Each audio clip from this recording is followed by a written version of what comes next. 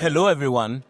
Thanks for joining us for this wonderful celebration and opening of the new Department of African and African American Studies at Stanford.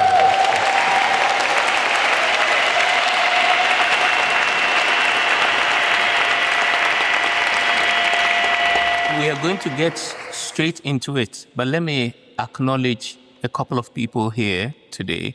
First is to acknowledge and welcome our president, Professor John Levine, who is right here. Thank you very much. And also to acknowledge and welcome His Eminence Cardinal Peter Turkson, Chancellor of the Pontifical Academy of Sciences and Social Sciences at the Vatican.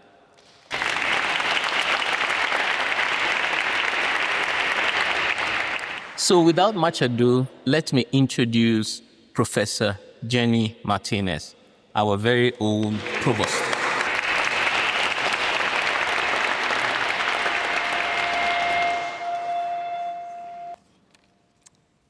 Thank you, Otto. It is so wonderful to welcome everyone to the joyous occasion of the official opening of the Department of African and African American Studies.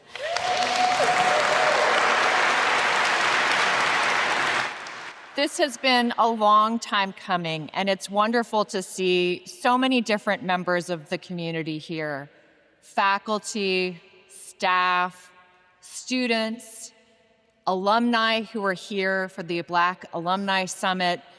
So many generations of people at Stanford have contributed to the milestone that we celebrate today.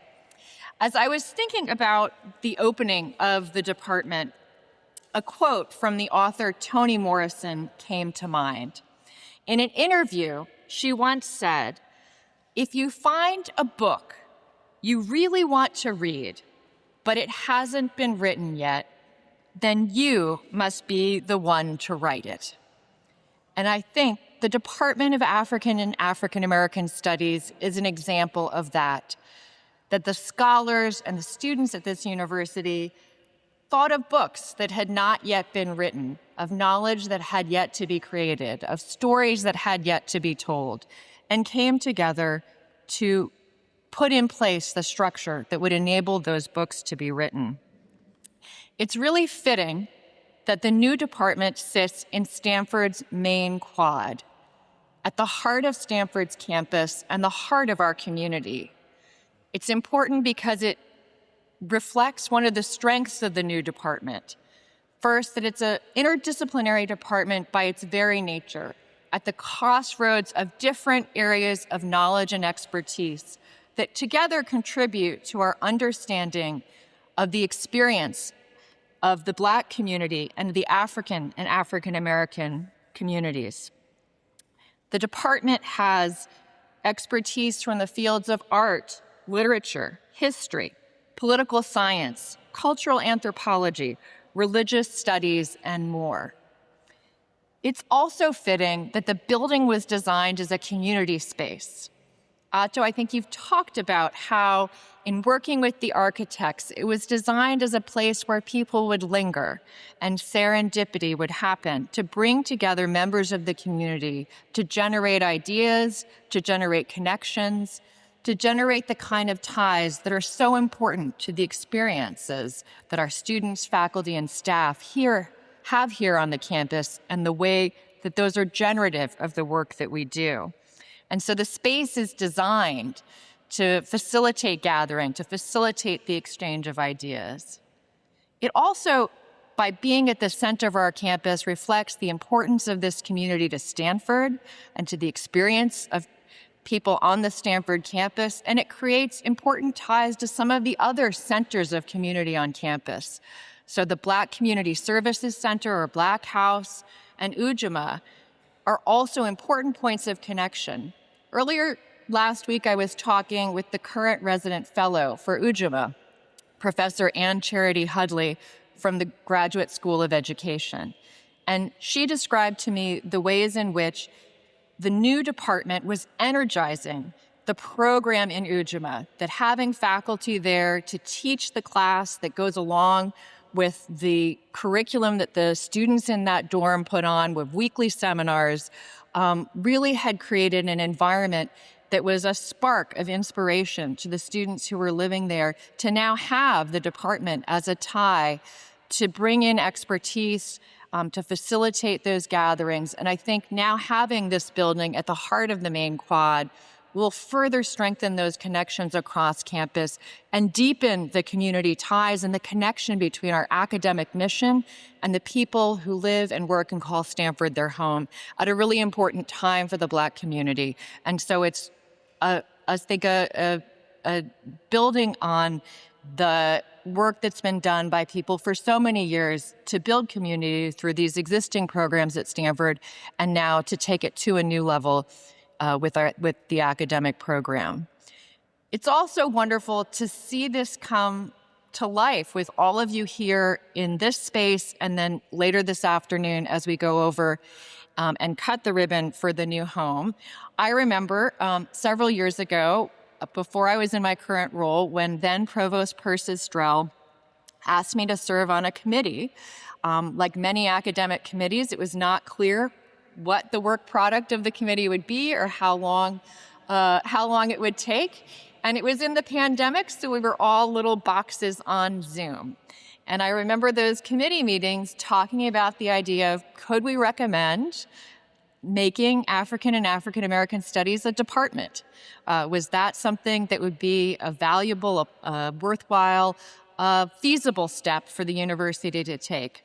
And as those ideas coalesced in those Zoom conversations, and the committee came to the recommendation that the university departmentalize the program, and Persis played just an inspirational role in moving that forward, ensuring that the resources were there and the institutional support was there for the department to be created, along with Dean Satz. To see that go from those ideas, those conversations among the scholars on those Zoom screens, to now all being here in person with a beautiful new space, physically present here in the heart of campus to celebrate, is just a wonderful milestone. So just to conclude, because there are a lot of other people who have remarks to share on this important occasion, to go back to the opening idea of writing a book that needs to be written. Today is really about everyone who's helped author the story of African and African American studies at Stanford. All the pages that have been written to bring us to this moment, and all the pages that are ahead. And so I'm really looking forward to the next chapter, and so excited to be here to celebrate it today. So thank you all.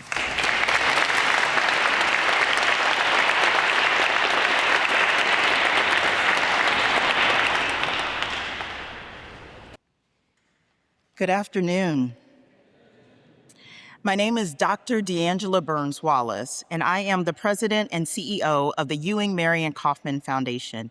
We are the 37th largest foundation in the nation with a $3.2 billion endowment. And we're able to award over $100 million in grants in education, workforce, and entrepreneurship annually. Thank you. But I'm also D'Angela Burns, class of '96, AAAS degree holder. I want to tell you a little bit of story when you think about what it means to have this as a department. I came from Kansas City, born and raised, first generation. My dad was a telephone repairman, and my mom was an accountant clerk. I came to Stanford wide-eyed, bushy-tails. I was going to study international business. I was going to change the world, and I was going to run Disney. This was my journey. In my first semester, I took Japanese. I got the first C I ever received in my entire life, and I was devastated. All things. Second quarter, I said, I got to fill some of these requirements while I regroup and figure out what I'm going to do. And I went and took African American history with Dr. Claiborne Carsons. By the end of that quarter, I was working at the MLK papers and was introduced to what undergraduate research was, something that this first generation kid from KC knew nothing about. By the third quarter, I was kind of sort of hooked, and I rolled into this class that was called African American Vernacular English by Professor John Rickford. Now, where I come from in Kansas City, when I told my dad I was taking African American and Vernacular English and I wanted to be a AAAS major, he said, if you want to know about Black people, I can take you down the street. I did not send you to Stanford to be playing with the Black folks. This is where we were, right? And he was very serious because what he didn't understand was the richness of what it means to study and understand our history, the policies, the influence, all of these things. When I came to Stanford, I walked through high school as not D'Angela Burns, but as D Burns, because I wanted to fit, because I was the only one in every environment, because I was in the honors and AP class by myself. But I walked into this institution, and AAAS was the home that I found that taught me that I did not have to choose between Black and excellence, but that they were one and the same.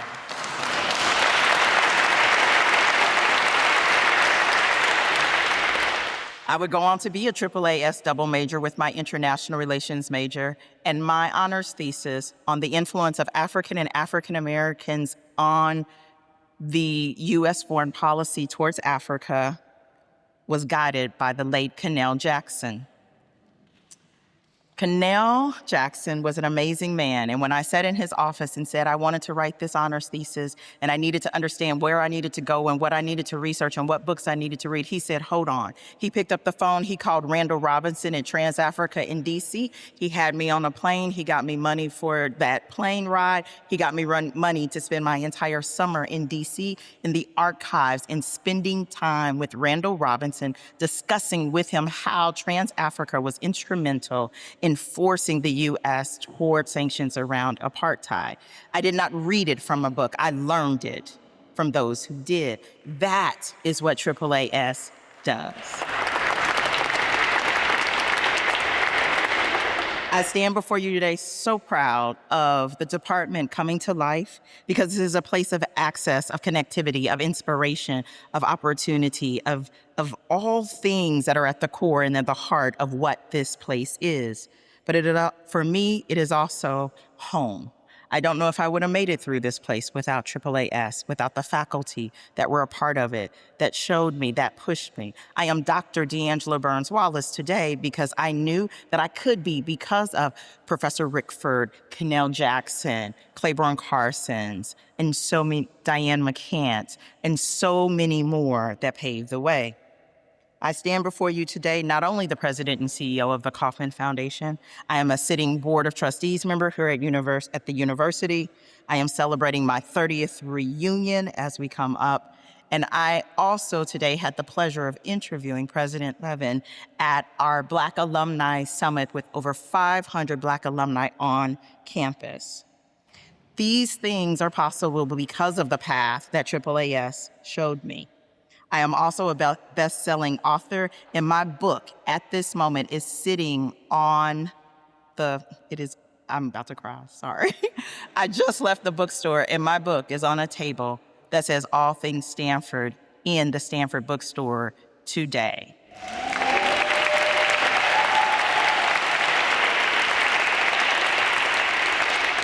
When I think of the future of the department, I need us to know that it is also the past of the department, what the department has done, who it has created, the leaders that we are in this country, in this region, in this world, is because of what AAAS poured into us. To be able to say DAAS now, I am so very proud. And with that, I established an endowment 2 years ago to give the director of AAAS discretionary dollars to use as he deemed fit, to be that first generation girl from Kansas City of that telephone repairman and that accounting clerk, to be able to establish an endowment in my name, and to see in a few minutes when we cut that ribbon, a graduate studies room that has my name on it.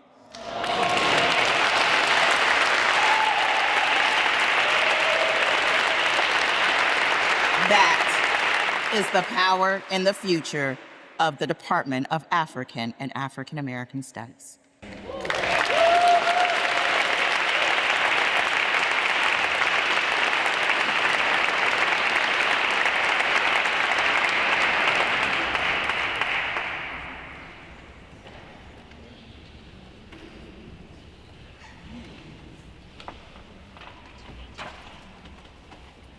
Good afternoon, everyone. My name is Billy Meneses, and I'm a senior studying African and African American studies. And in September of 2022, I flew 2,000 miles away from home to land at Stanford, my home for the next 4 years. From a young age, my family instilled in me that education was the key to success. And although the distance was uncomfortably large, they pushed me to follow my dreams. For the mere fact that I made it to Stanford, also as a first-generation college student, was a feat in and of itself. When I started at Stanford, I didn't know that I would find my way into Black studies. I knew that I was interested in issues of racial justice and civil rights, and I was moved by learning about different cultures, all due to my upbringing in my multicultural hometown of Union City, New Jersey. I took classes in many different disciplines, and I quickly realized that I would take any chance I had to engage with issues of the Black diaspora. At the start of my sophomore year, I took my first African American Studies class, Black Religion, Culture, and Experience to the Civil War, and I was hooked. I had never engaged so deeply with not just the history of enslavement in this country, but also with histories of resilience, cultural preservation, and cultural endurance.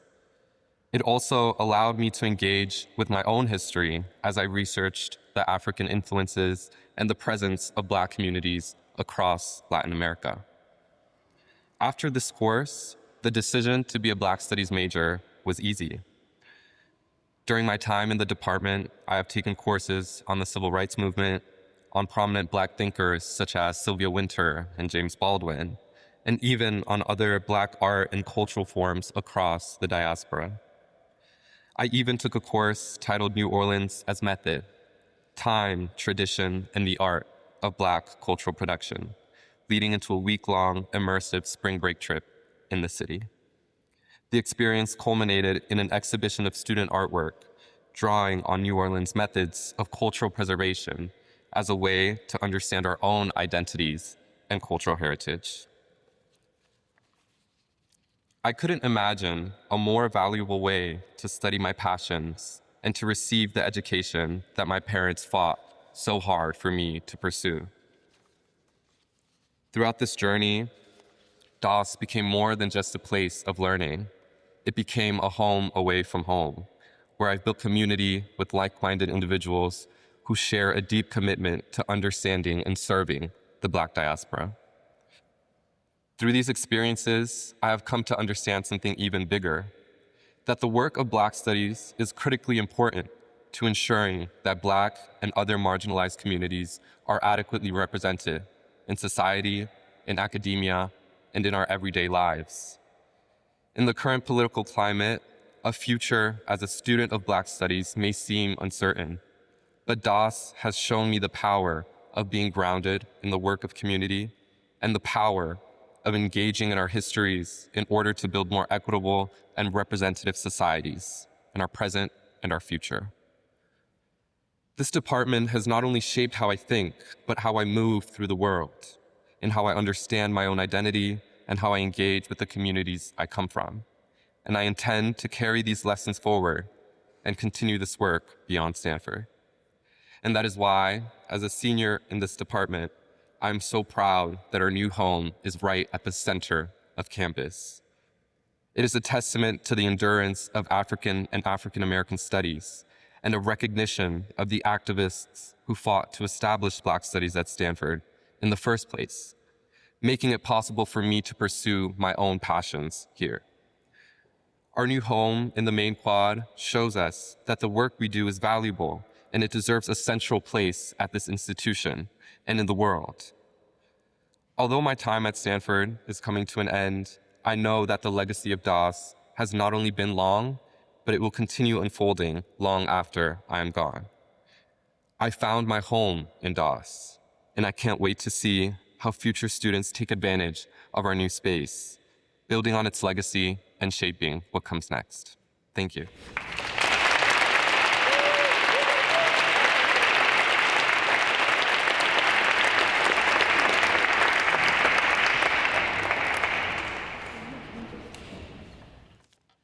Well, it's a pleasure to see students like D'Angelo Burns-Wallace.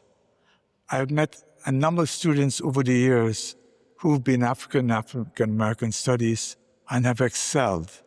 And I want you to know how proud we are of you. So we honor today the Venerable Professor St. Clair Drake, the first director of the program in African American Studies from 1969 to 1974.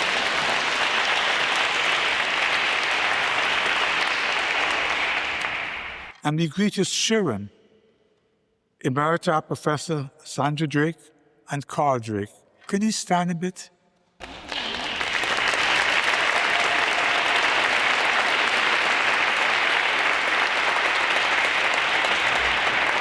Now, AAAS has had many outstanding directors over its 50-plus year history, including Professor Atto Quayson, who also became the first director of the Department of African and African American Studies. All the program directors are listed with their accomplishments in our history section of the DAAS website. Today we'll speak about the highlights of my 7 years, 1998 to 2005, as director of the undergraduate program. Since they were among the most exhilarating features of my 39 years as a faculty member in linguistics at Stanford.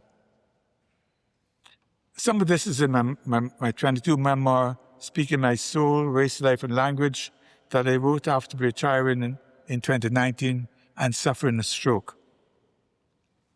One of my first innovations when I became chair was creating a website for the program. These things seem obvious now, but it wasn't then. And we expanded this 2 or 3 lectures we had each quarter into a credit course with weekly lectures. Moreover, I asked students to do recorded cassette interviews, cassettes, you remember them? Yeah. With each lecture. The interviews provided a potential resource for further research. I also started a program called the Stanford Oral History Project of East Palo Alto, SOPEPA. And we gave all the copies of the tapes recorded to the East Palo Alto Library, and we also gave them to the Stanford Library. Our magnificent archivist, Josh Snyder, has taken good care of them. But perhaps the biggest innovation of my tenure was a series of learning expeditions. So, very often, Stanford, we hear about spring break trips. People are going on spring break trips to here or there or another. A learning expedition, as against a trip, is an expedition with a purpose, often a scientific purpose. When I discovered that we could receive funds from the President's Fund to facilitate expeditions to places of historical significance in the Black world, in the US, the Caribbean, and West Africa, I was delighted. So each learning expedition was preceded by a quarter-long series of lectures providing important information about historical, cultural, or political aspects of the region or country we were going to visit. And each expedition was open to students, especially those who majored or minored in AAAS, a little extra motivation, and also staff and faculty. In our destinations, we will also hear lectures from outstanding local scholars and political leaders. It's important to say that because people think that the only brilliant people in the world are from America or England, like the King of England maybe, or Canada. But in fact, there are brilliant people in a lot of these countries. For instance, we went to the homes of the Black governors of Jamaica and Belize when we visited there. Now remember, Obama only became president in 2009. So people were not accustomed to seeing the highest person in the country being black. But that's what they saw when they went to Ghana, when they went to Guyana, when they went to Trinidad, Jamaica, so many places. So our first learning expedition in 1999 was to the Georgia and South Carolina Sea Islands, where I myself had spent an academic quarter during my undergraduate days at the University of California, Santa Cruz, under the extramural program run by J. Herman Blake. So one highlight of our learning expedition was meeting Philip Simmons, an African-American native of Daniel Island, who had worked in the oldest black-run blacksmith shop in Charleston, South Carolina. When he was 9 or 8, he asked if he could join the blacksmith shop, and he said, well, you need to be a little older. So when he turned 13, he said, look, I'm a teenager. And he said, okay. And he crafted many of the gates and decorative frameworks in the area. If you go to Charleston, you will see his work all over the place. Later, Dr. Lonnie Bunch, the creator of the National Museum of African American History and Culture in Washington, D.C. How many of you have been there? Good. If you haven't yet, you should go. He told me that the outer frame of the museum commemorates the elaborate framed ironworks that Philip Simmons had created. Another highlight was the first African Baptist church in Savannah, Georgia, founded in 1773 by George Niele, an enslaved person. My son Russell at Cornell taught me not to say slave, but enslaved person. Notable about the church is the basement, where there are several dozen holes near the supporting posts in the shape of a diamond containing a cross. As Deacon Harry Jones explained, that is not a cross. It's an African symbol, a Congo cosmogram. The holes also provided a breathing space for the enslaved persons in the Underground Railroad who were hiding in the 4-foot space below the church. And they followed the Bakongo's belief in the continuity of human life. Where you're born in the east, you get your pinnacle of life in the north, you die in the west, and you enter the underground and then come back later on. It's a form of reincarnation. The Bakongo came from Angola, which is where many of the Gullah people from the Georgia and South Carolina Sea Islands also come from, hence their name. And I should tell you, Robert Forrest Thompson, who wrote this excellent book, Flash of the Spirit, has a whole discussion of the cosmograms. So if you want to find out more about it, you should read there. When he saw, by the way, our pictures of when he saw these pictures of the cosmograms in this church, he thought they were the best he had seen in America. Our second learning expedition in 2000 was to Jamaica, West Indies. We had a day-long visit to Accompong, a historical maroon village in Cockpit Country, St. Elizabeth. But the most astonishing part of our visit was to the National Heroes Park in downtown Kingston. There, in the monument to Samuel Sharp, a Baptist deacon, there's a huge cross on the overhead that's usually interpreted to represent the Christian faith. But a bronze monument within this whole compound depicts the symbols as a Congo cosmogram. So we were just amazed. We were just in South Carolina, we went to Jamaica, and there was the same thing. As the late Mervyn our leaders noted, it seemed clear that Kumina, this Afro-Jamaican religion, emerged in St. Thomas because of the presence there of Bantu people from the Congo-Angola area. Our third learning expedition in 2001 took us to Ghana, West Africa. We had a British series of lectures by local professors and experts there than ever before. I wonder why. So Arthur could tell me a few things. We were based in Accra, but went northwest into the Shanti region to visit a Kente cloth factory and several shops in which Ashanti wood carvers could be seen practicing the skilled craft. We also met and spent a reception at the home of Tracy Yanker, who had been at Stanford a year before. But the most moving part of our expedition to Ghana was the Cape Coast Castle, where enslaved people were confined in dark, insanitary conditions and dungeons before exiting through the door of no return for the long voyage to the Caribbean and North America. Our expedition members were silent, gripped by the grim realization of the experience involving, in many cases, their possible ancestors. Finally, we had a fourth learning expedition in 2003, facilitated by Associate Dean Bob Gregg. He was a dean both in the church and in the official administration of the university.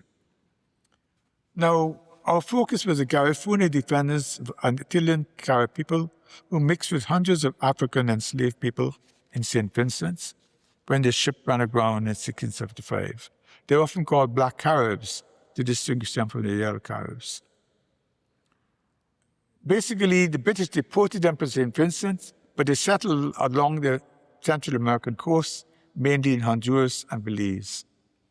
We paid a visit to the Garifuna Cultural Museum and a performance by Garifuna dancers and singers where the late David Abernethy danced along with the dancers very enthusiastically. This is some of the ways in which having the faculty as a part of the trips enriched them. So we were impressed by the fact that Professor Arthur Quayson took a learning expedition to New Orleans and has found other methods to take Stanford students to Ghana. May this mind-expanding and mind-enriching experience continue. Thank you.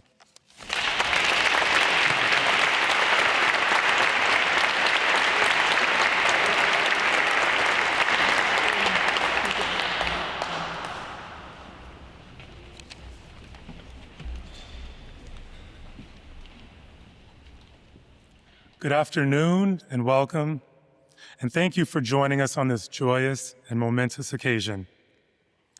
My name is Vaughn Raspberry, and I'm a faculty member in the Department of African and African American Studies. How do we tell the story of the departmentalization of AAAS at Stanford?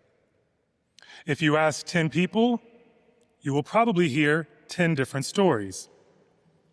I will begin mine with Stanford students.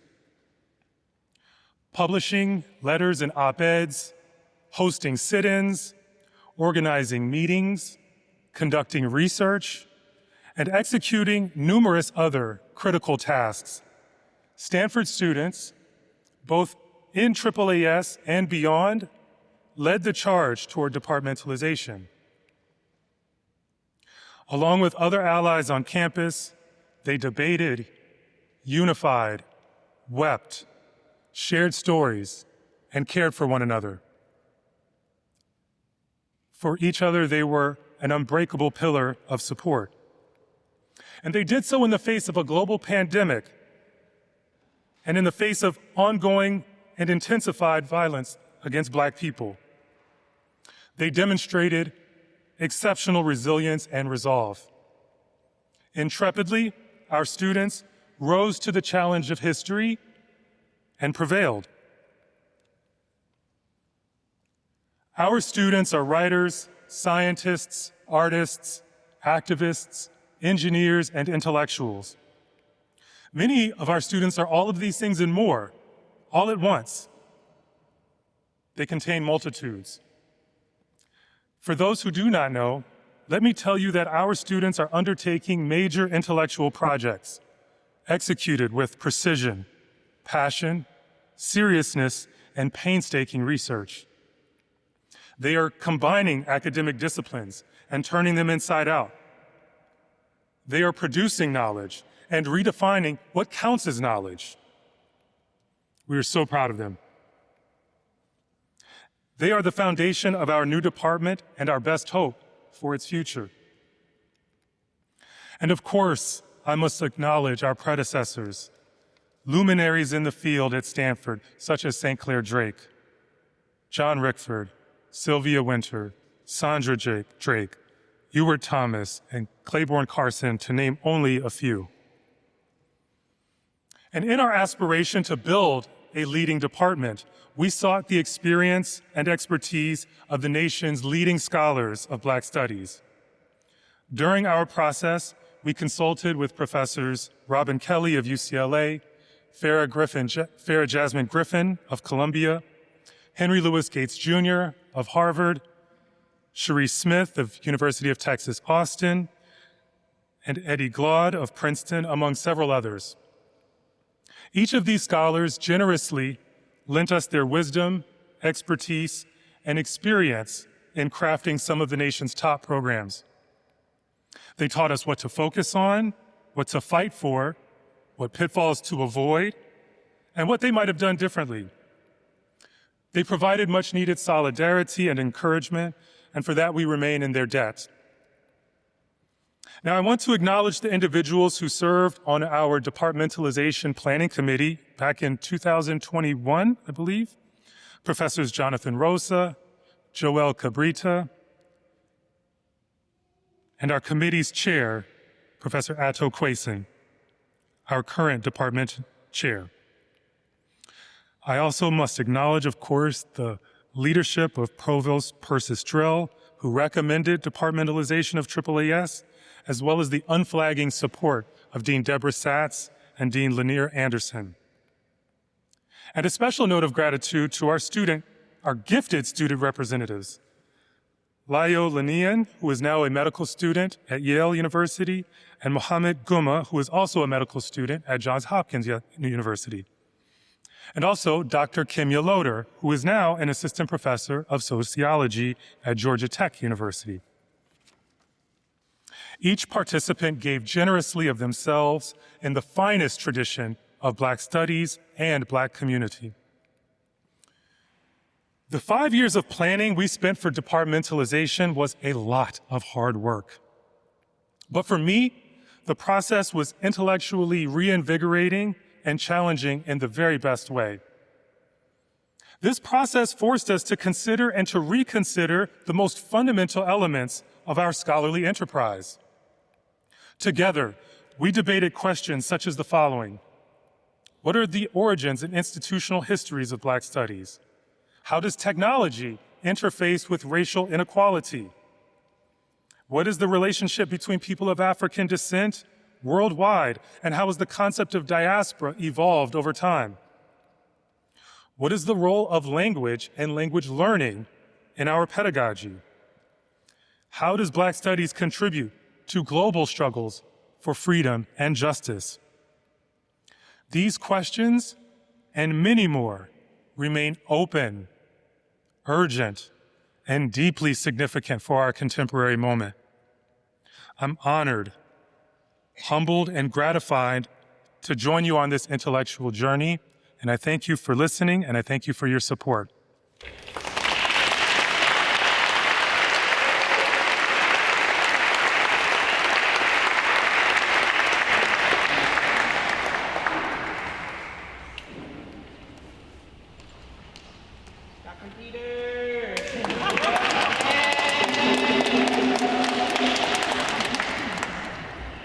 Good afternoon, everyone. Thank you for being here with us today. My name is Katie Dieter, and I am the Director of Advanced Studies and Community Engaged Learning in the Department of African and African American Studies. I have the pleasure of talking a bit about the artwork in Building 80, which truly reflects the important role of art and creative practice within Black studies. I hope you all were able to pick up a booklet on your way in, which features the artwork in the building, so that you can follow along as I talk about a few pieces. If not, when you leave, please grab one. As an artist, curator, and scholar of Black studies, it has been such an honor and a privilege to work alongside the LMS architect team. I know Greg's in here somewhere. Yes. Greg, Corey, Alexa, as well as my colleagues in the dean's office, Shannon, Sylvia, and Carla. and of course, my colleagues in the department, Otto and Sandra, along with Patrice Sweeney and development and the contractor team to bring this building to life. Building 80 was designed to reflect the historical, intellectual, cultural, and creative traditions that have shaped Black studies at Stanford. The artworks throughout the building are part of the intellectual mission of the department. They ask questions, preserve memory, create dialogue, and invite reflection. When you enter the building, you'll see a timeline featuring the former faculty directors of the program in African and African American Studies, which leads into photos of the current members of the department. As I was reading through some of the works of St. Clair Drake, the first faculty director of the program in AAAS, I came across a quote that is now on the same wall in the building.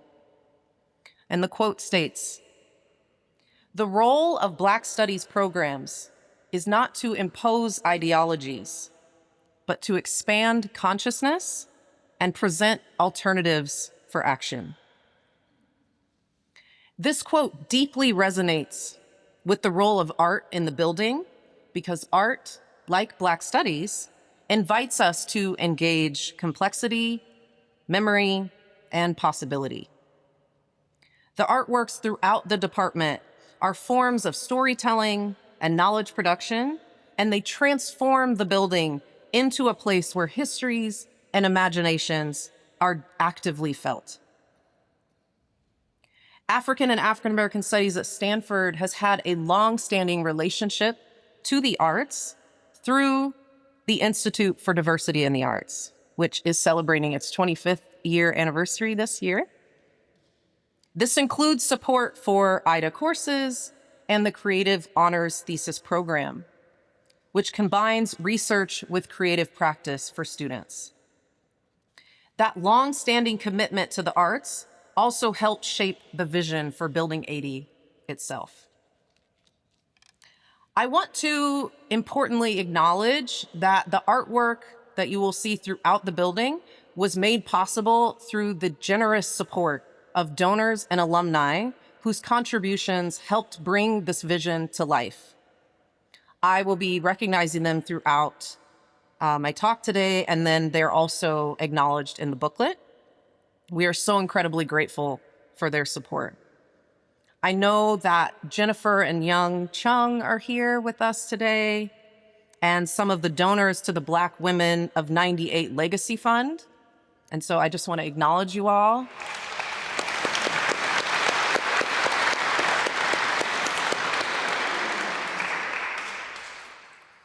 Okay, so first I want to begin with the 2 photograph murals, which are featured on 2 walls as you enter into the building, and really help to ground the space in the history of African and African American Studies at Stanford. So page 3 shows members of the Black Student Union leading a 1969 march to the bookstore and the president's office. The DAS logo that you see over that photo mural, as well as the beautiful booklet that you're looking at, were both designed by Sasha Jackson. Page 4 shows Frank Omowale Satterwhite presenting a list of demands after co-chair Kenny Washington took the mic from the provost at the time during the 1968 event called Colloquium and Plan for Action, Stanford's Response to White Racism, just days after the assassination of Dr. Martin Luther King Jr. These images are foundational to the establishment of this department. They help to honor the students, alumni, faculty, staff, and community members who've advocated for African and African American Studies at Stanford for decades. Now, if you turn to page 6, you'll see an image of the painting by Fahamu Peku titled "My Ancestors' Wildest Dreams," which was made possible by the generosity of the Jennifer Soyeon Chung and Young Jun Chung Fund for African and African American Studies. The painting was commissioned for the top of the bleacher seating, serving as a focal point in the building. It features a student reading The Bluest Eye by Toni Morrison, surrounded by texts that are foundational to the field of Black studies. The inclusion of Sylvia Wynter's The Hills of Hebron also pays homage to the first woman faculty director in AAAS. The clear backpack motif, which is central to this artist's practice, references its use as a tool of surveillance in schools, especially for Black children. Here, the backpack filled with cowrie shells is reclaimed as a symbol of empowerment, ancestral connection, and sacred knowledge. The Sankofa bird on top of the books, which you will also see featured throughout our building on all of our office doors and in our logo, means to go back and get it, reminding us of the importance of returning to what has been lost in order for us to move forward. The work asks us to think about what it means to situate ourselves within a lineage of Black thought and creativity. On pages 7 and 8, you will see instruments that were commissioned and made by Ni Arma, a Ghanaian instrument maker. These instruments are meant to be played collectively, reflecting the central role of sound and music within Black cultural life. These instruments were commissioned with the generous support of the Stanford Black Women of '98 Legacy Fund. On pages 9 and 10, there are 2 bronze sculptures that were commissioned by Ghanaian sculptor Aziz Abdu, which were also made possible by the Stanford Black Women of '98 Legacy Fund.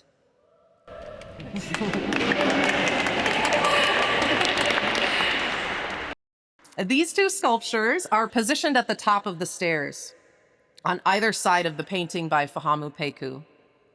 The piece titled Woman Leader intentionally centers Black women's leadership and intellectual labor within the story of Black studies as well as the department. The remaining pages of the booklet feature pieces that were gifted to the department from Dr. Acklin Lynch, father of Jair Lynch, class of '93.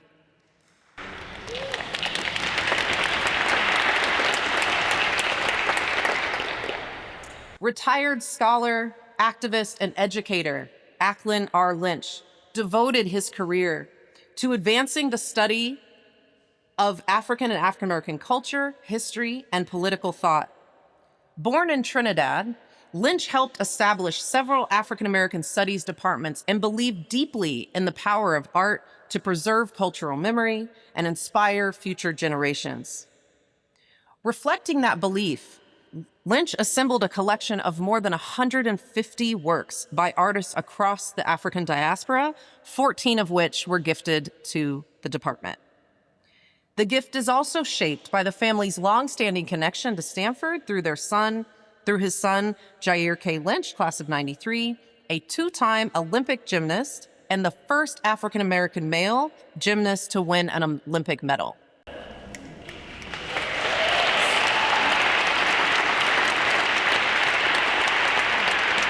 So I won't be able to cover all the pieces in this collection given our time constraints today, but I will focus on a few.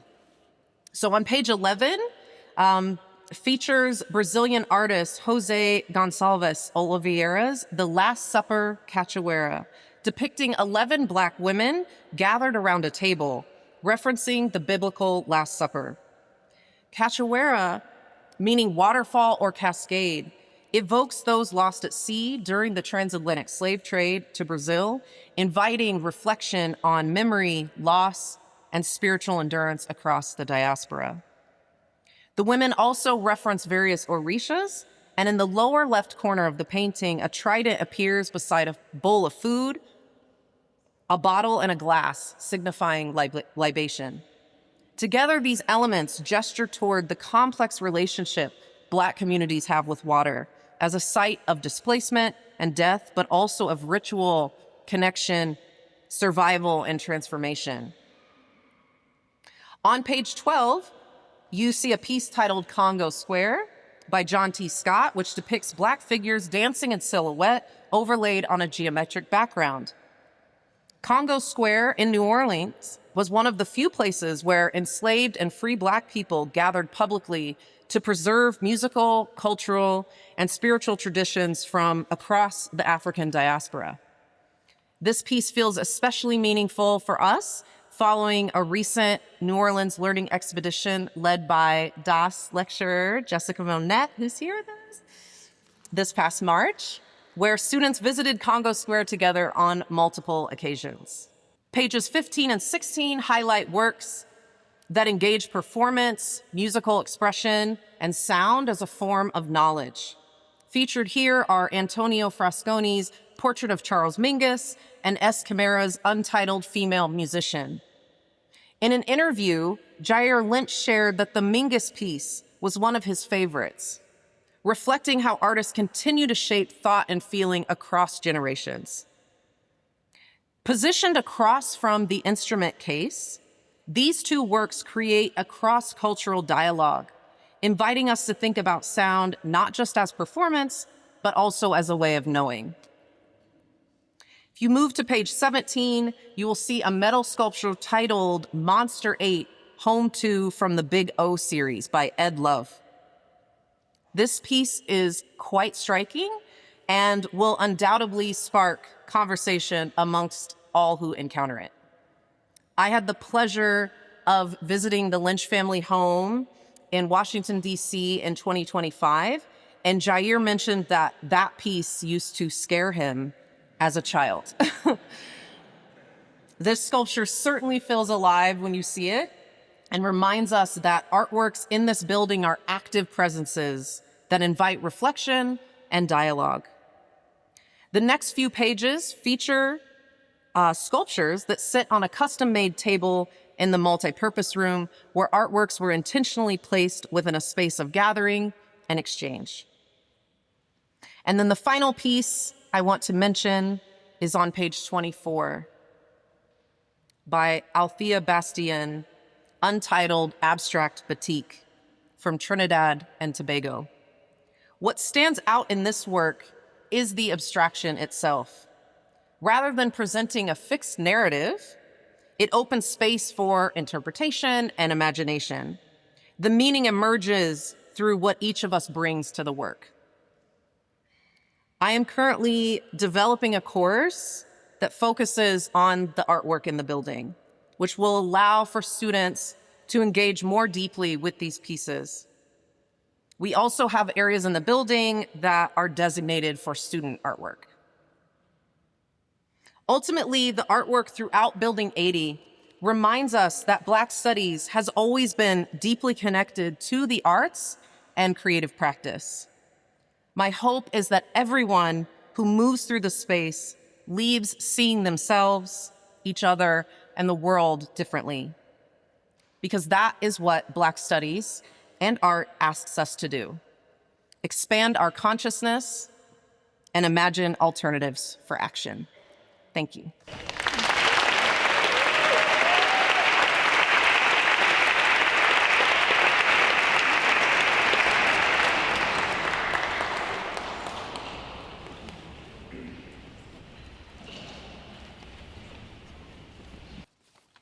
Welcome, everybody. It's truly an honor to be here to celebrate this incredible milestone and all the people, past and present, who contributed to its founding.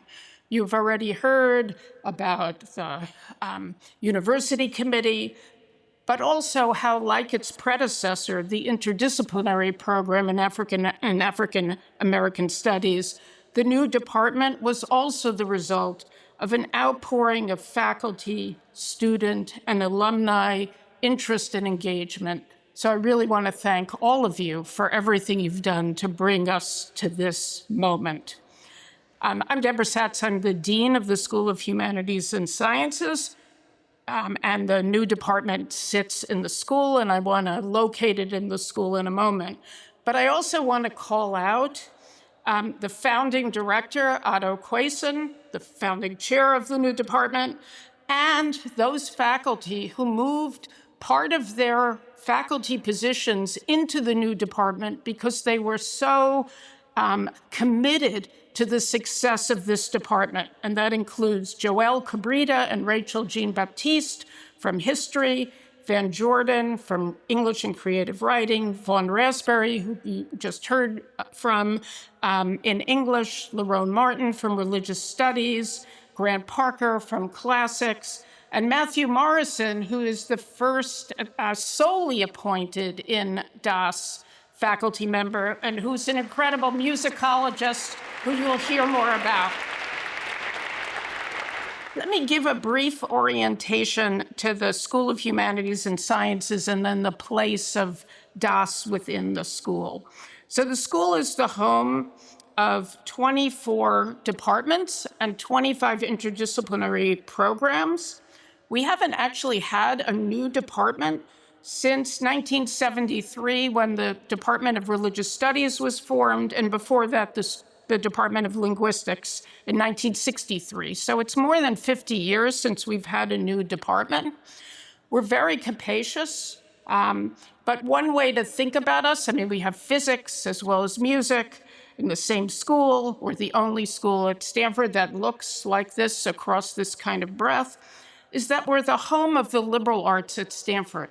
Where liberal arts doesn't mean politically liberal, it means the education that a free person needs. What does it take to be free? What does it mean to be a free person, a member of a self-governing community, and a participant in its future? And within that idea of the education a free person needs, DAS is central, and its mission completely jives with that mission of the school. And I'm going to quote from its mission statement, where DAS says what its goal is, quote, to promote an understanding of how history informs the present and inspire an engagement with the past in order to collectively dream a more just and equitable future.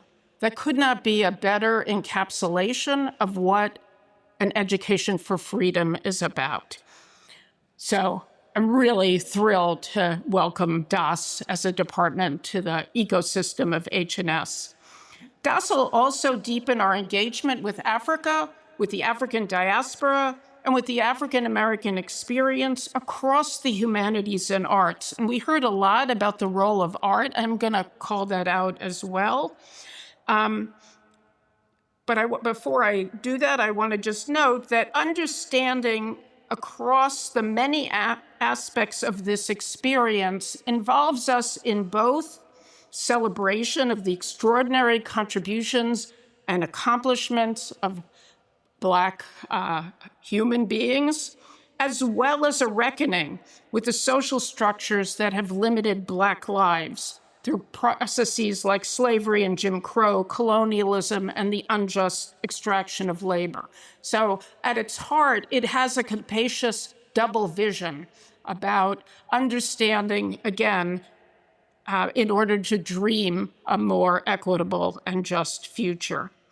We have in DAS something very special, a focus of the new department on the humanities and arts, which is fairly unique to departments of African and African American studies, and it presents us with a particular opportunity to lead.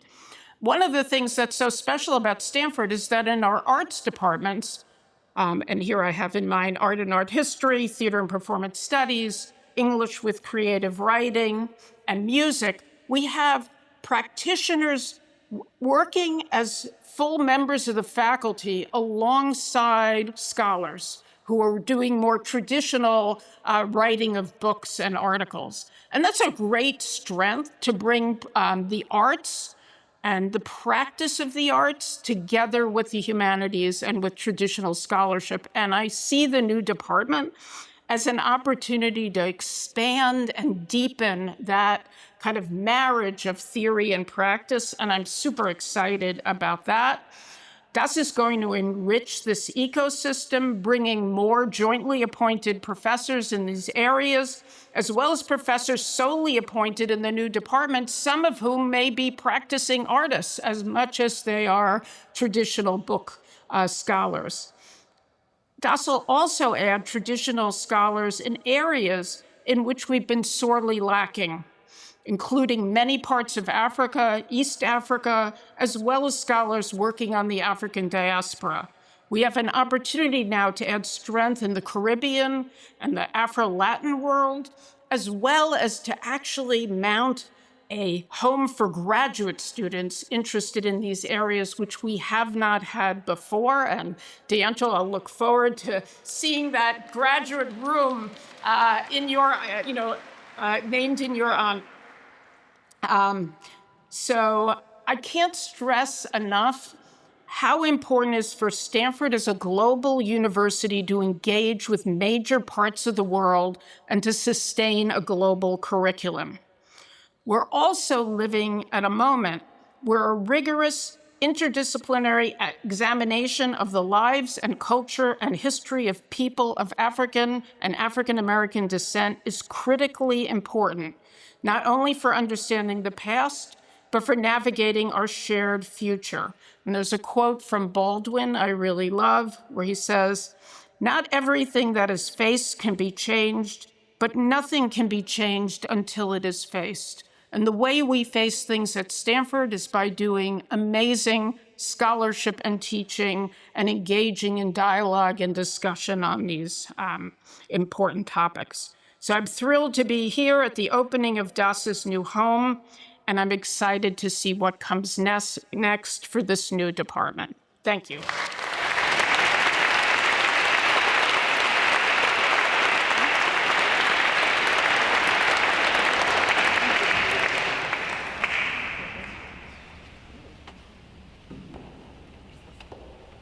Well, it is a really great pleasure for me to be here. So I want to thank you for inviting me.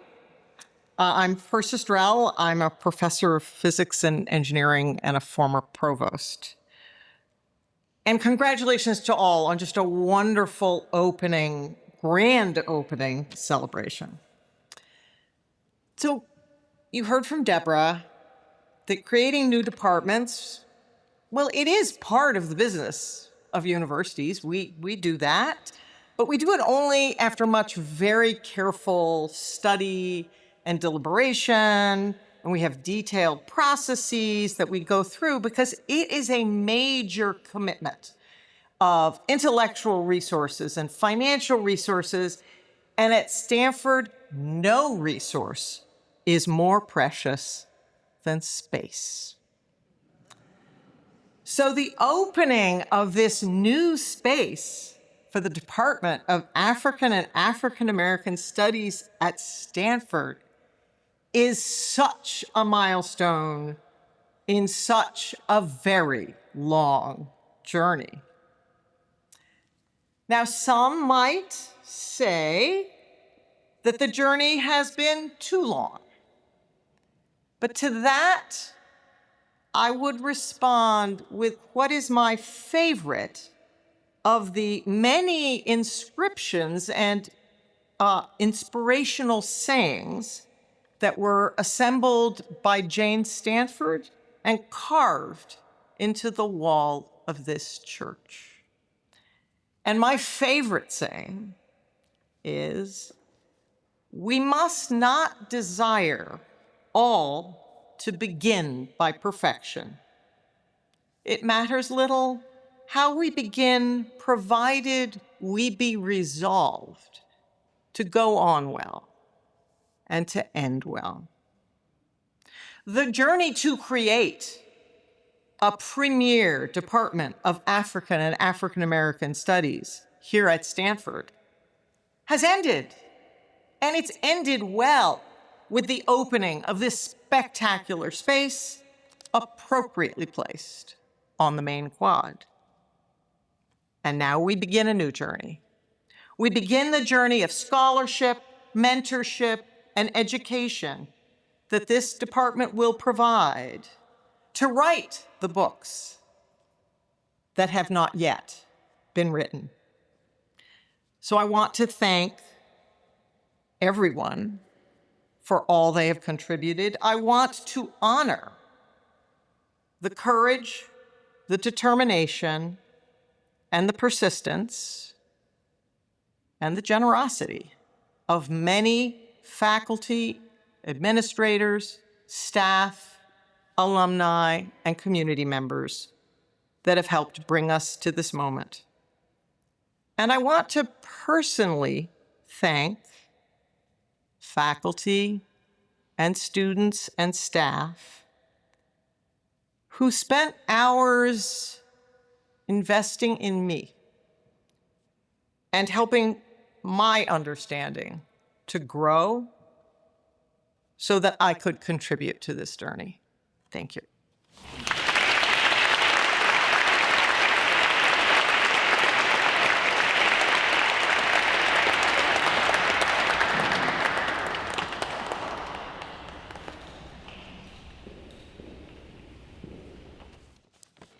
My name is Ato Kwesen.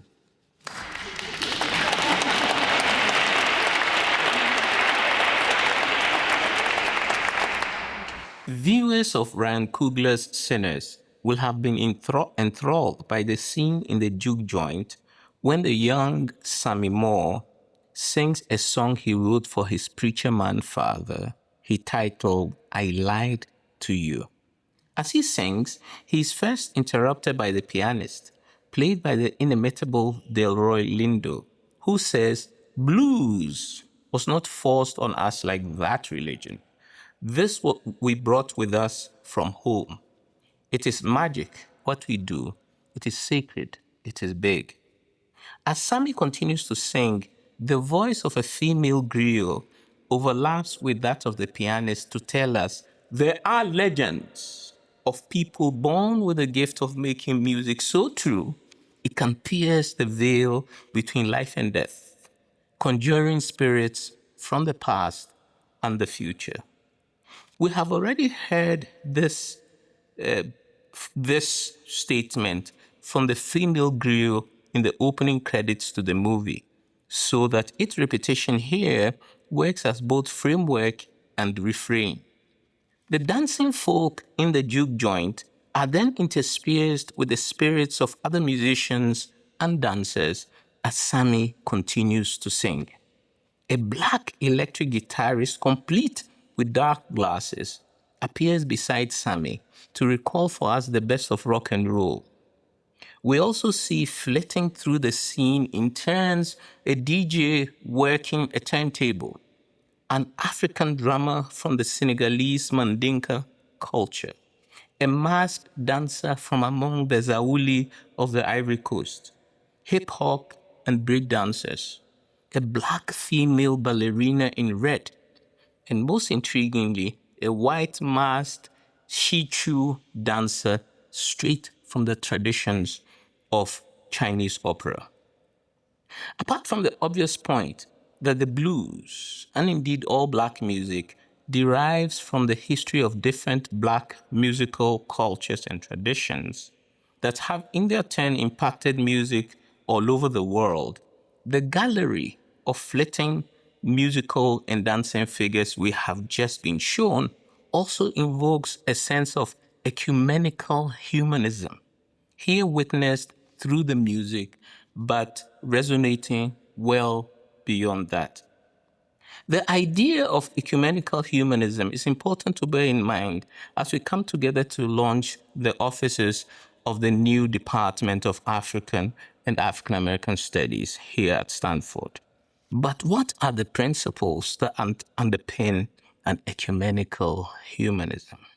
To start with, the fact that I look different from you does not mean that I am your enemy. Rather, the light in your eyes also animates mine, as mine does yours. Our lives are defined by relational interconnections that mark us as meaningful only with and through others. The South Africans call this Ubuntu. For whenever we wave goodbye to a neighbor across the way, or grieve the death of a parent, or celebrate the birth of a newborn, or lament the cynicism of the merchants of war, or are affronted by the commonplace vulgarity that we are surrounded by in the world today, or indeed complain about the rising price of eggs, we remind each other of how much we share as social beings. This we often take for granted, but it is something that we regularly have to be reminded of. Our full potential as a human collective can only be realized in reciprocity, and it is only in reciprocity that we find true freedom.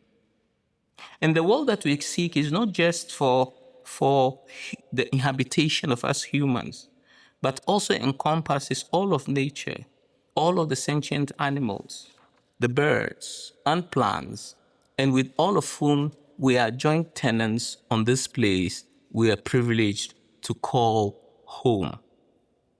The promise rarely stated out loud, but always implied in our shared and interconnected tenancy on this earth, is that in sickness or in health, in wealth or in poverty, for better or for worse, and even in death, we must not turn away from caring for the welfare of one another. As we saw in the scene from Sinners, ecumenical humanism is also entailed in the veneration of our ancestors, not as phenomena consigned to the past, but as living presences in our present and our future. In this spirit, it is important to us at DAS that we name in song all those whose hard work and often invisible labor has brought us to this wonderful moment.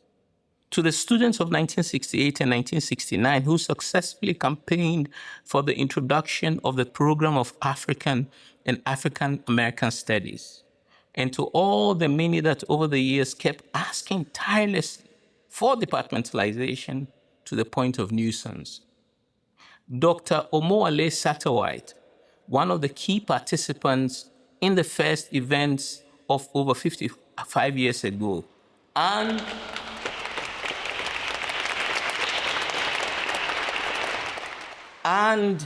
Dr. Joyce King are with us at Memorial Church today, and I want to acknowledge them especially. I want also to thank Black alumni Ryan Bathy and Delise Bernard, both tireless members of the redoubtable 1998 Black Alumni Women's Association. I don't know where the men are at, but is the 1988 Black Alumni Women's Association who established an arts fund in the lead up to full departmentalization. Alumna Tracy Webb is a regular co-conspirator and thought partner. As is also Patrice Sweeney at the Development Office.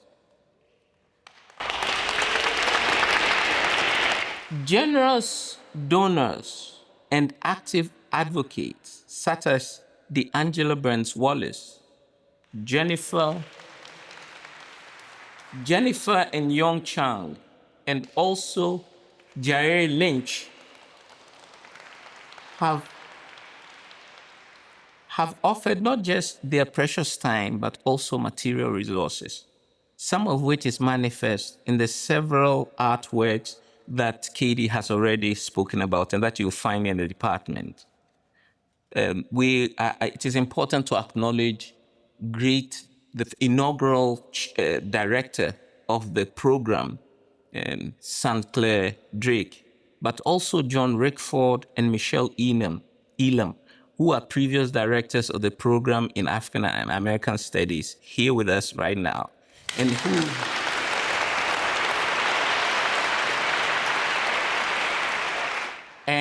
whose consolidation and expansion of the program we draw a straight and unbroken line to this wonderful day.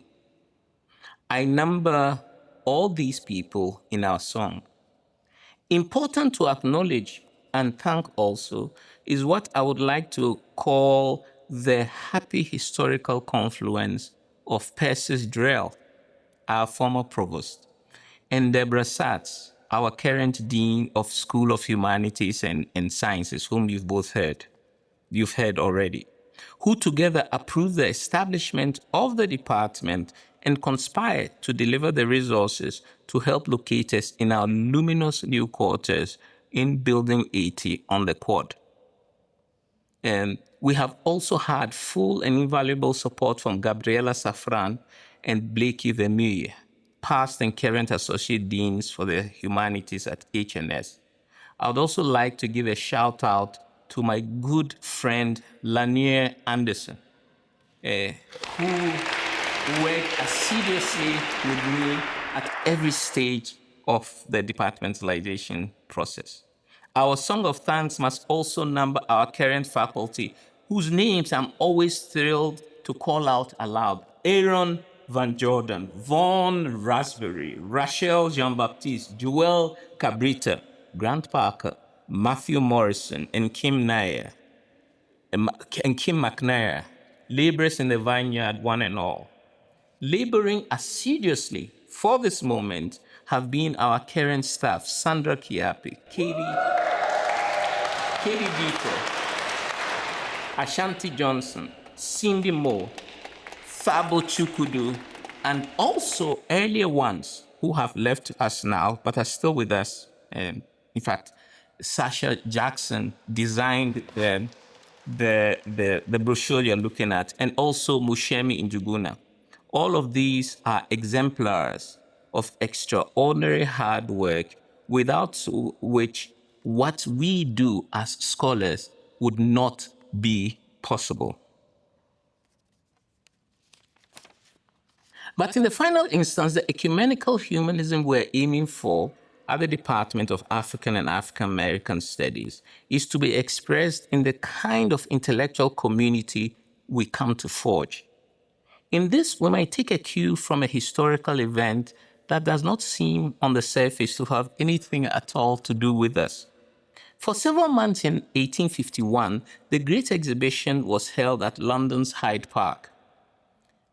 A reputed 6 million people, a full third of the population of Britain at the time, visited the exhibition.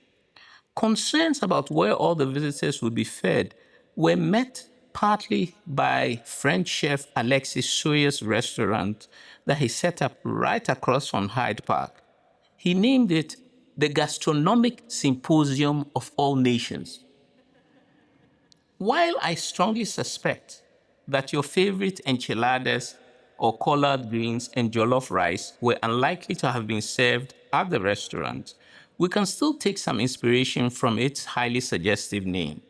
For the idea of an intellectual symposium for all nations is one that I find highly appealing. Even though we may start from the particulars of Black life, society, and culture, our ultimate objective is a full spectrum interdisciplinarity that imagines and contributes to shaping a better world for everyone, irrespective of the color of your eyes, the texture of your hair, of your race, your class, your gender, your sexuality, your religious persuasion, or your national provenance. The Department of African and African American Studies at Stanford is open to everyone. And that is the ecumenical humanism that we want to compose, from the best intellectual traditions from the past, the present, and toward the future. That is our song. Thank you very much.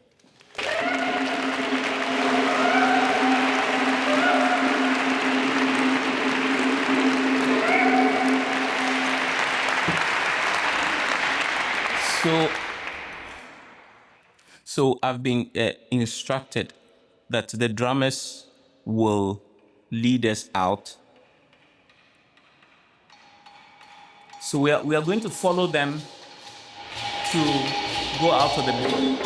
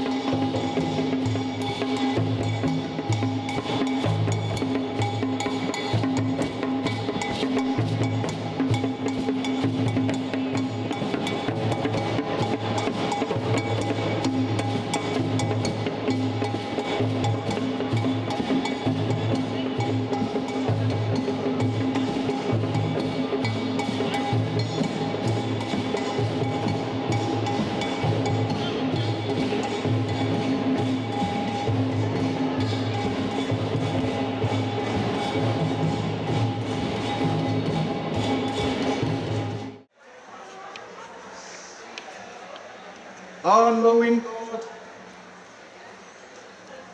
you move us in many ways to deepen the knowledge of Him, which He revealed completely for our sake, Word made flesh.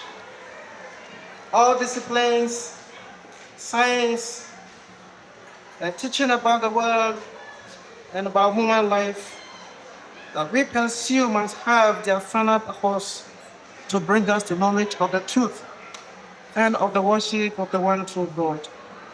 Today, we ask God's blessing for this center of seeking, learning, and teaching what is true.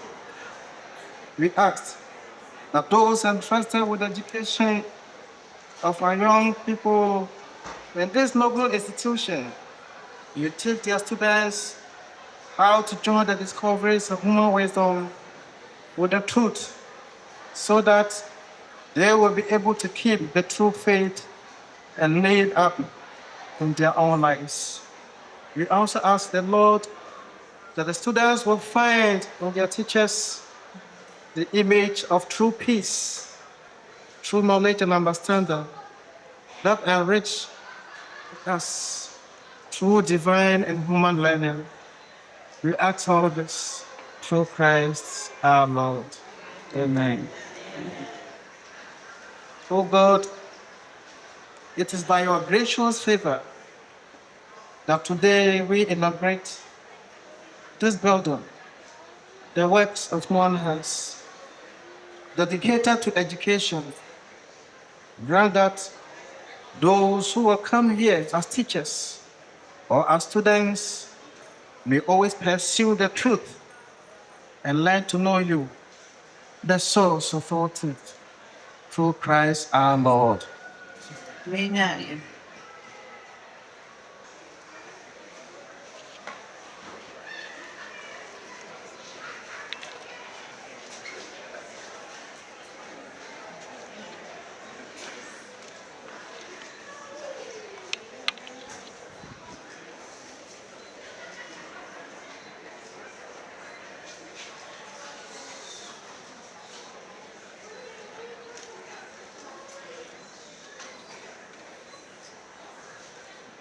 Utredia Kwame, Utibiri Kisinudin, Osroya Otrabre, Nasasu, your Nantia swap, the Pitansa Cherawa, Nay Mawansa, but therefore, and Sunny.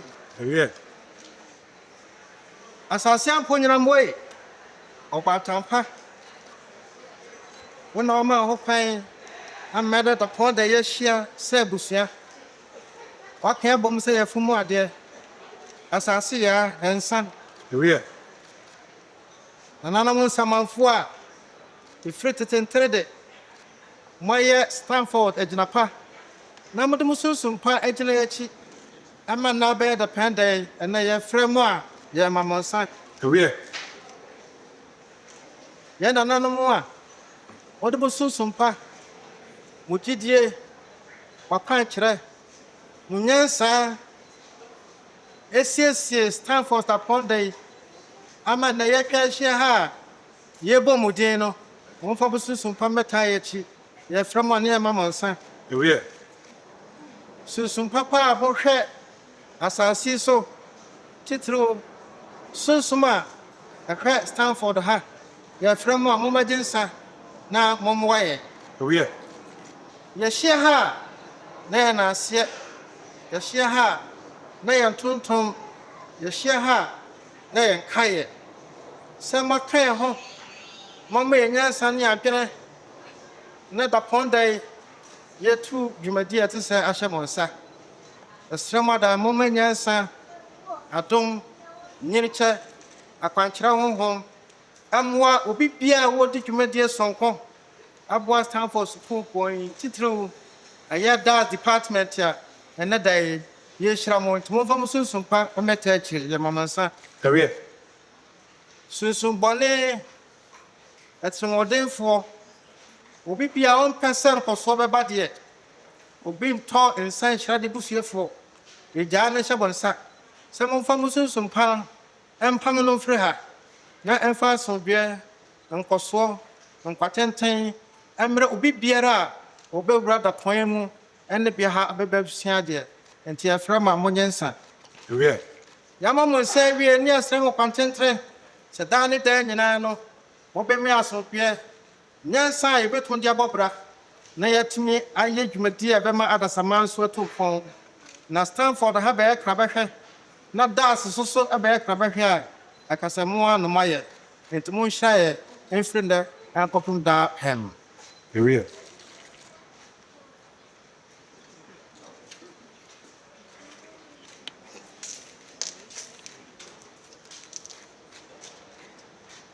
Okay, let me give the very rough translation. Speaking same, we share the same language, and he has there's a ritual of veneration, of praying to the ancestors, which we practice at home, and also on big occasions such as this one. And there are certain rules, such as, for example, that you have to call. So you cannot use, for example, whiskey. It has to be, it has to be plain drink like that.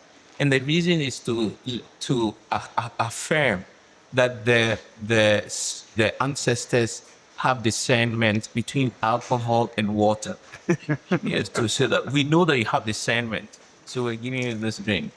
But in the prayer, he prayed for the light on the hill, that is Stanford, the light on the hill, that is Das, that the ancestors should fortify us in all that we do in our quest for truth. It should fortify students and faculty in the pursuit of knowledge, but also that our enemies should perish.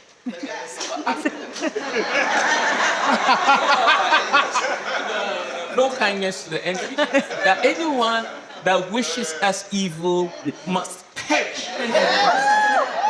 But instead, that the light that illuminates our pathway should shine from us and well beyond to illuminate the whole wide world. So all this to the ancestors. Thank you very much.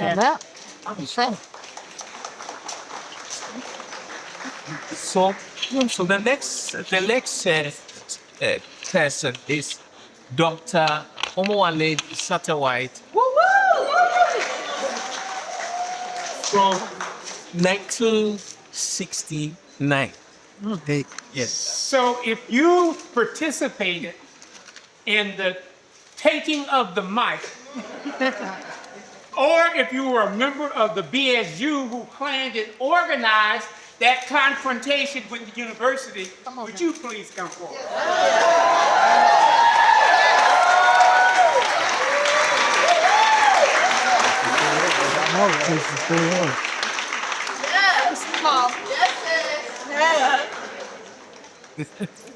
There are others, I'm not sure where they are. Please. So, it's an honor to participate in this historic event, celebrating the grand opening of the Department of African and African American Studies at Stanford University. So I feel honored, actually humbled by the opportunity to speak on behalf of the remarkable Black Student Union members who took the mic at a university convocation at Milard on April 8, 1968. Since I am the BSU member who read the demands, I have become the face of the BSU action to challenge and ultimately change Stanford University. All right. However, if the truth be told, the reading of the demands was only the tip of the iceberg. So, let me tell you the back office story of the BSU action to take the mic. I'll talk about what happened after Dr. King's assassination. I'll talk about how the BSU organized itself to confront the university. And I'll talk a little bit about what some of the outcomes of that action were 6 decades later today. And then especially I'm going to call out and name some of the people that participated in the action. And personally, I'm going to work with the department to identify every single person who stood on that stage so that we can also recognize them forever through some wall of fame that let me move forward. So what happened in the 1967-68 academic year? Only 150 of 11,450 students at Stanford, or 1.3%, were African American. During the year, BSU members expressed our concerns about Black student enrollment, Black faculty, Black curriculum, and Black student life. The university was unresponsive to our concerns. After the assassination of Dr. King, the BSU made 10 non-negotiable demands that were presented to Provost Richard Lyman at a university convocation honoring the life and legacy of Dr. King. And it is that action that has been called taking the mic. So this was a sequence of events. Dr. King on April 4th was assassinated in Memphis, Tennessee. On April 5th, a memorial service was held at Memorial Church. And prior to that memorial service, the BSU held a big rally over at White Plaza to protest the assassination of Dr. King. On April 8th, there was a university convocation at Milard where the BSU interrupted the program, took the mic, and read the demands. On April 9th, university officials officially responded to the BSU demands. The first response to our demands was rejected by the BSU.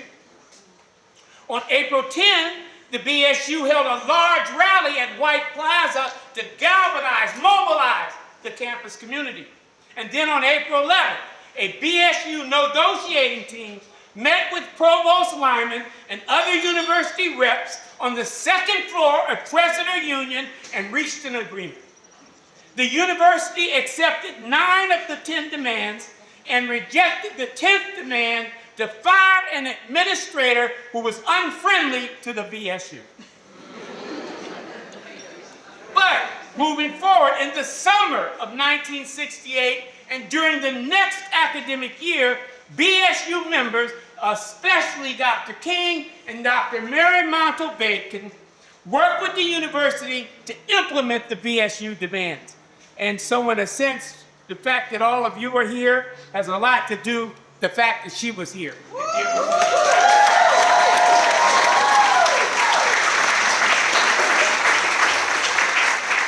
So about the BSU.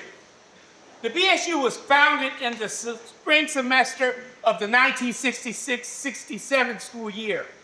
And our first full year of operation was the 67-68 academic year. As indicated previously, during that year, the BSU had expressed concerns to the university, and the university had rejected or ignored our concerns. The assassination of Dr. King galvanized the BSU to confront the entire university and demand immediate change. The BSU had two co-chairs, Kenny Washington and Charles County. Kenny was our main strategist. At the MEM-OD convocation, Kenny led the BSU onto the stage, took the mic from the provost, and gave them to me. Kenny also was the chief spokesman in our negotiation team. He was our negotiator with the university and also kind of like the chief spokesman of the BSU on all matters concerning that action. Charles Conti was our main strategist. Charles guided us in developing a tactical plan to confront the university. And one of my most vivid memories is when at a BSU meeting, the night before the university convocation, I read a draft statement which had 25 demands. In a clear, firm voice, Charles said, no, no, no, that's too many. The most we can have is 10.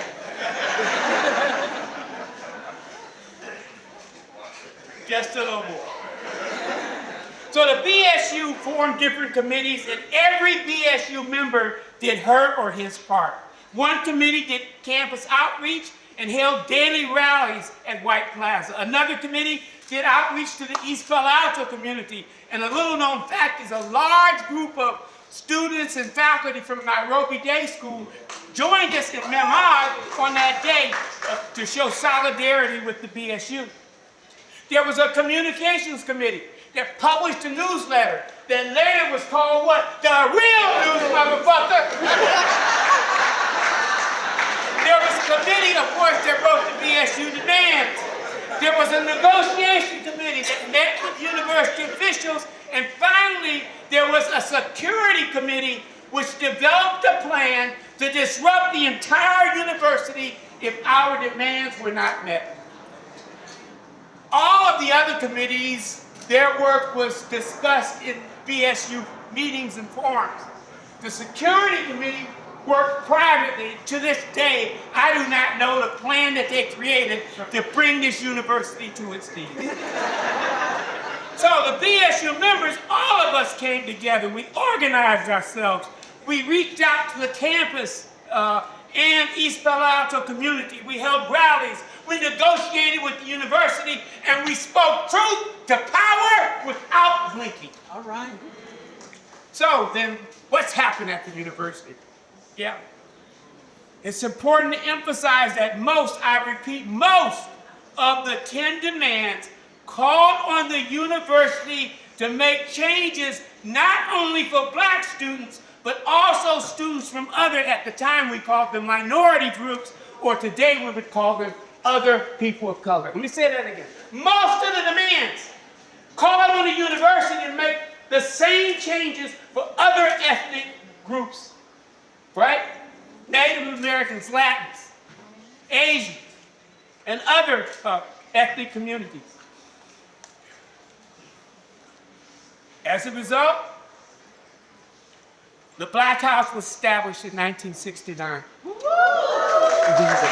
The American Asian American Resource Center was established in 1972. Yes. The Native American Cultural Center was established in 1974. And El Centro Chicano in 1977. Of course, all of these programs have evolved into the great cultural centers that they are today. Yes.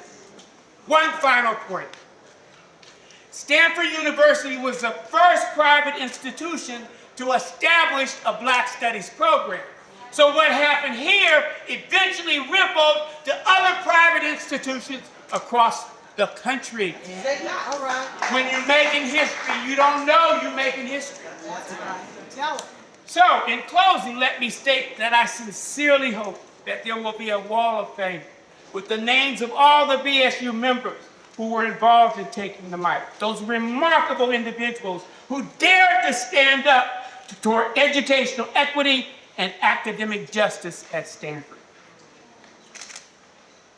About 70 Black students walked onto the stage in Belmont when the BSU took the mic, or about 2/3 of the Black students enrolled at Stanford University. I will close by reading the individual names of some of these students, those who we've been able to identify to date.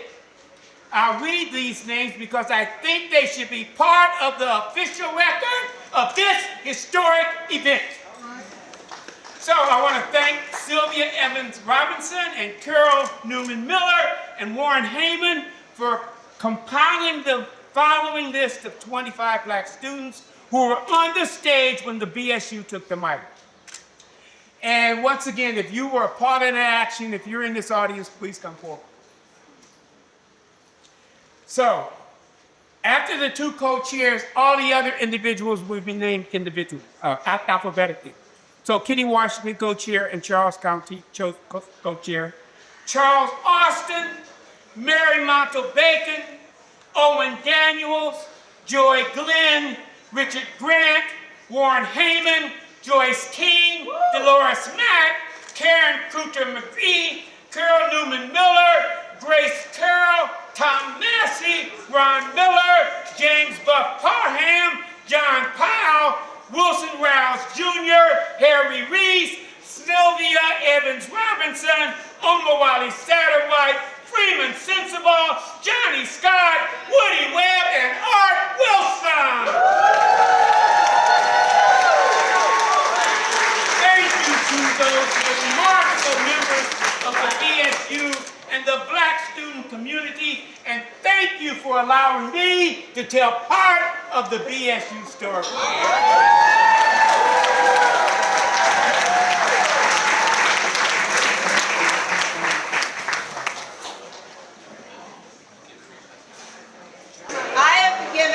Honor of offering this host to our new DOS learning and working space. An honor to be asked, yes, but I'm also quite aware that I am the last speaker of a long afternoon of speechifying, so I will be very brief. I served as the second ever woman director of African American Studies, and when I assumed the role, I sought spiritual and intellectual guidance from the first, Sylvia Winter, renowned Cuban, yes, Jamaican scholar, thinker, and creative. She would have loved this glorious space. And I feel compelled to bring her into the space today because in so many ways, seen and unseen, Winter worked alongside with so many other faculty, students, and staff and administrators that we've heard from today. She's really the godmother of the Department of African American Studies. And one particular interview with Winter feels especially relevant in this moment. Winter was sharing what it felt like to live through the fall of global colonialism in the 50s. And she spoke of what she describes as the liberatory counter spaces that blew to challenge colonialism's grip. These counter spaces were both physical sites, built environments for activists, community organizing, but also most importantly for her, psychological interior spaces. Places opening up within the mind, one where you could begin to free yourself from the totalizing colonial system that governed both body and soul so thoroughly, she found it hard to describe what it was like to be released from it. In fact, she says these counter spaces represented an incubator for nothing less than a profoundly different reality. What stays with me still is her comment that, quote, "It is as if you were suddenly in a different dimension." Building 80 promises to be this kind of joyful, transformative ritual space. Step through these doors into what is indeed a portal to a different dimension. And since alternative dimensions are a frequent theme in Black speculative fiction, I would like, as a kind of metaphysical black hole, to think of building 80, as many have mentioned, sitting right on the quad, as a metaphysical black hole at the very center of the Stanford universe. And since, as you know, black holes are of infinite density that exert their own gravitational pull on everything around them, I have greatest faith that all passersby too will be pulled in here, drawn in by the irresistible force of these inviting, dynamic, inspiring spaces. So let us raise a glass to our new home to DOS. May it serve as a catalyst for action, for imagination, and for revelation.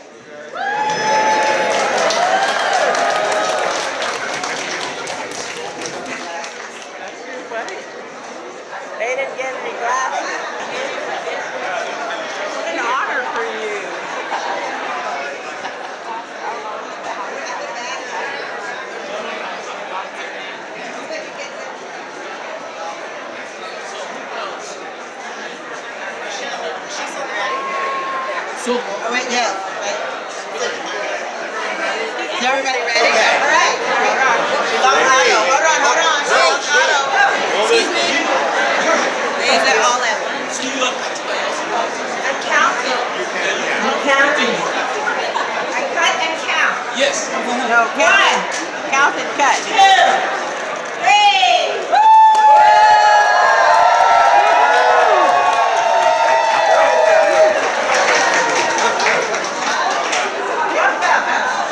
So the place is officially open. You are welcome to Thank you very much.